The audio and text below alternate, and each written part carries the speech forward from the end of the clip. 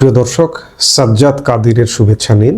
এই মুহূর্তে আপনাদের সামনে কথা বলতে এসে যারাই ভারত বিরোধী তারাই বাংলাদেশের স্বাধীনতা বিরোধী। স্বাধীনতা বিরোধীদের দলে ওলি এনসিপি, যে সবসময় সদা সর্বদা যারা ভারত বিরোধী কথাবার্তা বলে, অবাস্তব কথা বলে, অথচ পাকিস্তানের বিরুদ্ধে একটি টু শব্দটা করে না, তারা আসলে বাংলাদেশের স্বাধীনতা বিরোধী শক্তি। আমি প্রথমে একটি উদাহরণ দিতে চাই।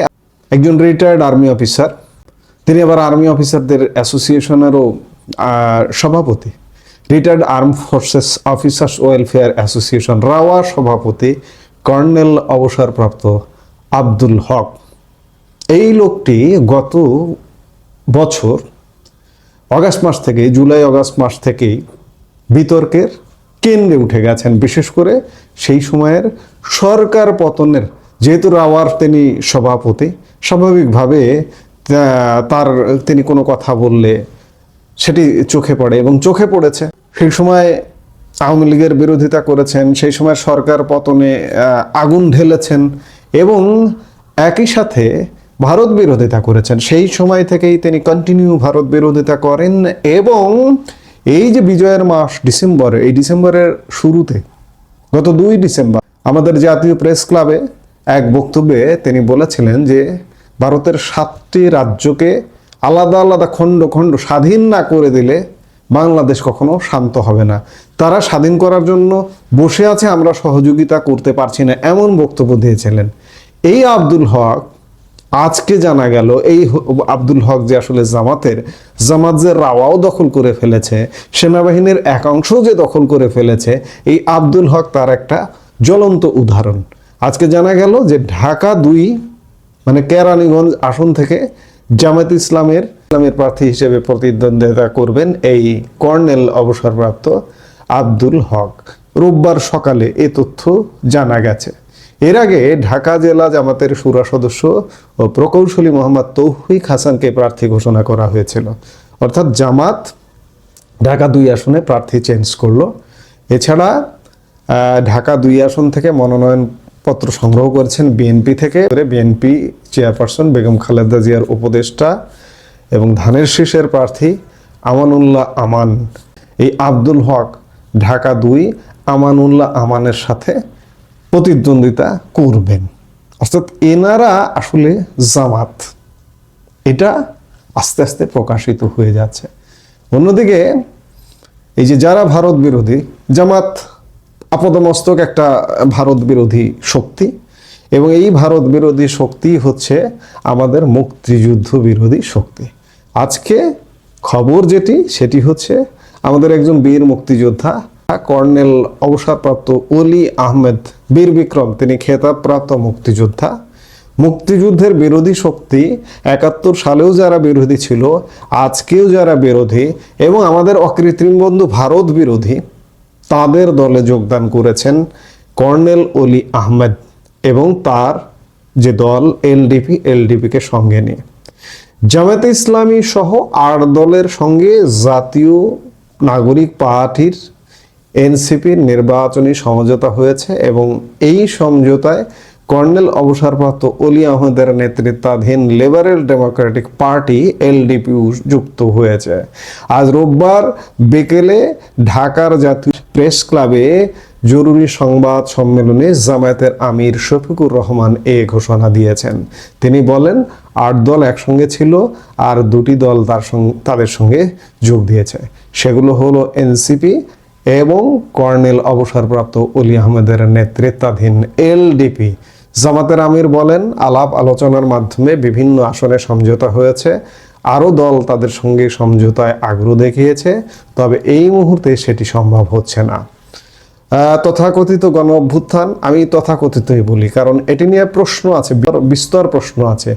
তথাকথিত গণ অভ্যুত্থান পরবর্তী সময়ে জামাতের সঙ্গে ইসলামী আন্দোলন বাংলাদেশ, খেলাফত মজলিস, বাংলাদেশ খেলাফত মজলিস, বাংলাদেশ খেলাফত আন্দোলন, বাংলাদেশ নিজামে ইসলাম পার্টি ও জাতীয় গণতান্ত্রিক পার্টি জাকপা, এই 6টি দল আসন সমঝোতার ভিত্তিতে সব আসনে একক প্রার্থী দেওয়ার আলোচনা শুরু করে। পরে এতে যোগ দেয় বাংলাদেশ ডেভেলপমেন্ট পার্টি, জামাত সহ এই 8টি দল বিভিন্ন দাবিতে বিভিন্ন কর্মসূচি নিয়ে টানা বেশ কিছুদিন, এই কয়েক মাস যাবৎ মাঠে ছিল এবং তাদের সঙ্গে নতুন করে যুক্ত হলো এনসিপি এবং এলডিপি, কর্নেল অলির এলডিপি, অর্থাৎ জামাত সহ মোট 10টি দল তারা আলাদা করে নির্বাচন করবে। আর এদিকে বিএনপি, এটি পরিষ্কার যে 12 ফেব্রুয়ারি নির্বাচন যদি হয়, এখনো এই কথাটা বলতে হচ্ছে কারণ নিশ্চয়তা দিয়ে বলা যায় না যে নির্বাচনটা আসলে হয়েই যাবে।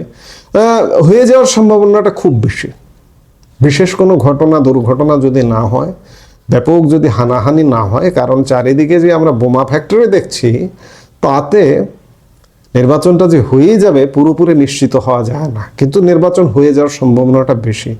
বোমাবাজিটা শেষ পর্যন্ত করতে পারবে কিনা, বড় ধরনের সহিংসতা ঘটাতে পারবে কিনা, সেটি একটা বড় প্রশ্ন। অর্থাৎ আপনারা দেখুন যে জামাত জোটে কারা আছে, বাংলাদেশের স্বাধীনতা বিরোধী শক্তি, মুক্তিযুদ্ধ বিরোধী শক্তি, বাংলাদেশ বিরোধী শক্তি হচ্ছে জামাত। সেই জামাতের নেতৃত্বে একটি জোট, সেই জোটে একজন মুক্তিযোদ্ধা জয়েন করলেন। এর আগে কদিন আগে মেজর আক্তার সরাসরি জামাতেই যোগদান করেছেন। বিএনপির মতো আছে, বিএনপিও ছোট ছোট দলগুলো ভেঙে সব বিলীন হয়ে বিএনপিতে যুক্ত হয়েছে।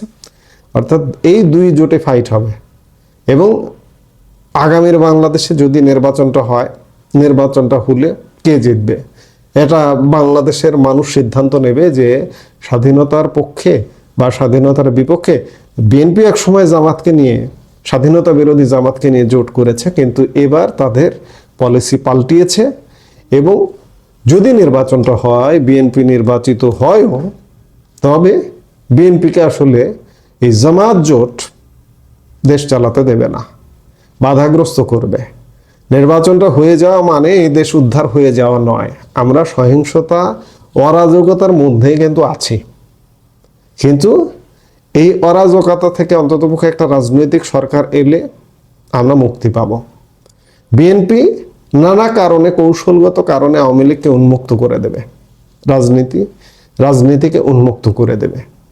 আর জামাত জোট বিএনপিকে দেশ পরিচালনায় বাধা হয়ে দাঁড়াবে। এই সব কিছু মিলে ওইদিকে আওয়ামী লীগ আসবে, প্রবল শক্তিশালী আওয়ামী লীগ আসবে, বিএনপি দেশ চালাবে, বিএনপির কন্টিনিউ বিরোধিতা করবে এরা। আওয়ামী লীগ যে বিএনপিকে দেশ চালাতে দেবে, মানে দেশ একটা হযবরল অবস্থার মধ্যে যাবে। নির্বাচন পরবর্তী সময়েও একটা ভয়ঙ্কর পরিস্থিতির মধ্যে নিয়ে যাওয়া হবে এবং খুব স্বল্পতম সময়ের মধ্যে সরকার পতন হবে, কয়েক মাসের মধ্যে। এবং সরকার পতন হয়ে একটা সব দলের অংশগ্রহণে অবাধ, নিরপেক্ষ এবং সুষ্ঠু নির্বাচনের একটা চেষ্টা করবে বাংলাদেশ। অর্থাৎ এই কথা পরিষ্কার। আমি আলাপটা যেটি দিয়ে শুরু করেছিলাম যে যারা ভারত বিরোধিতা করে তারা আসলে বাংলাদেশও বিরোধী, বাংলাদেশের স্বাধীনতা বিরোধী। এদের খপ্পরে পড়ে গেছি আমরা এবং এই খপ্পর থেকে খুব সহসা বের হতে যে পারবো এই নিশ্চয়তা দেওয়া যাচ্ছে না। তবে কিছুটা নির্বাচনটা হয়ে গেলে বিএনপি যেমন মুক্তিযুদ্ধের প্রশ্নে এখন পর্যন্ত শুরুর দিকে খারাপ অবস্থা থাকলেও গত তারেক রহমান দেশে আসার 15 দিন আগ থেকে মুক্তিযুদ্ধের পক্ষে একটা আপোষহীন ভূমিকা পালন করছে। বিএনপি ভারত বিরোধিতা করছে না, আওয়ামী লীগের সাথে খুব বেশি অন্যায় অপকর্ম করছে না এবং অন্যায় অপকর্ম দিনকে দিন এটা বাদ হয়ে যাবে। এতে করে বিএনপি একটা পরিস্থিতি এবং সত্যিকার অর্থে বাংলাদেশে আমরা আরও কমপক্ষে আগামী ডিসেম্বর নাগাদ তো আমাদের হয়তো অস্থিরতার মধ্যে কাটাতে হবে। তার আগেও ঘটতে পারে, তার আগেও ঘটে একটা সব দলের অংশগ্রহণে নির্বাচন হতে পারে। কারণ এবার যে নির্বাচনটা হচ্ছে এই নির্বাচনটা অগ্রহণযোগ্য, দেশে বিদেশে অগ্রহণযোগ্য, কারণ নির্বাচনটা ইনক্লুসিভ নির্বাচন হচ্ছে না। আর একটা খুব আশার কথা, এই যে জামাত জোট করছে, জাতীয় পার্টি যদি স্পেস পায়, নির্বাচন করার সুযোগ পায়, সত্যিকার অর্থে আমি ধারণা করছি যে জামাত বিরোধী দলে হয়তো আসতে পারবে না। কারণ জামাতের মুখগুলো দেখুন না আপনি, সব কেমন মুখ। যারা মুখে এক কথা বলে তারা কাজে আর এক কাজ করে। এখানে আছে বিতর্কিত ইসলামী দল আছে যে তাদের মার্কায় ভোট দেওয়া মানে আল্লাহ রসুলকে ভোট দেওয়া, এমন বয়ানও অতীতে দিয়েছে। অর্থাৎ এই ধরনের দলগুলো দিয়ে জামাত জোট। তো কাজে এই জাতীয় পার্টি যদি একটু স্পেস পায়, নির্বাচনের সুযোগ পায়, জাতীয় পার্টি বিরোধী দলে আসতে পারে, আর বিএনপি ক্ষমতায় যেতে পারে, আর এই জামাত তৃতীয় দল হিসেবে দেশে ব্যাপক অস্থির পরিস্থিতি কায়েম করতে পারে। যাই হোক, আমরা পরিস্থিতি নিশ্চয়ই দেখবার জন্য অপেক্ষা করছি। যে এই মুহূর্তে এ পর্যন্ত, সবাই ভালো থাকুন, সুস্থ থাকুন। আমাদের ভিডিওগুলো নিয়মিত পেতে সাবস্ক্রাইব করুন Sajjad Kadir and the legends YouTube channel এবং লাইক, কমেন্ট, শেয়ার করে সাথে থাকুন।